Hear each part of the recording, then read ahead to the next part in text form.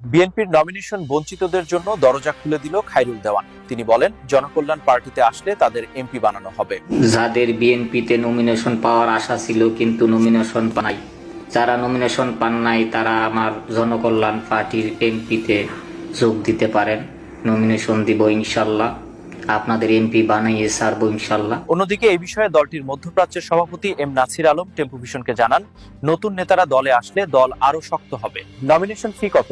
সাংবাদিকদের এই প্রশ্নে নাছির আলম জানান, আগে লাগতো 2000, এখন সম্মানিতদের জন্য মাত্র 500 টাকা। আচ্ছা, আপনারা যে নমিনেশন দিতেছেন ওদের কি কোনো টাকা পয়সা দিতে হবে কিনা? আসলে রুমিন পারানা আফা, দুদু চাচা কিংবা নয়ন ভাই, ওরা তো আর সাধারণ কেউ না, ওদের জনপ্রিয়তা অনেক বেশি। তারা যদি আমাদের দলে আসে, আমাদের জনকল্যাণ পার্টি দলটা শক্তিশালী হবে।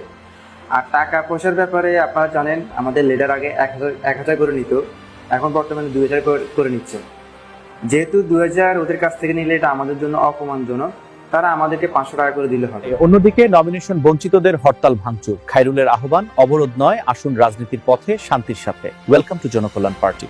বিএনপির সকল বঞ্চিত এমপি প্রার্থীদের ধন্যবাদ জানাই।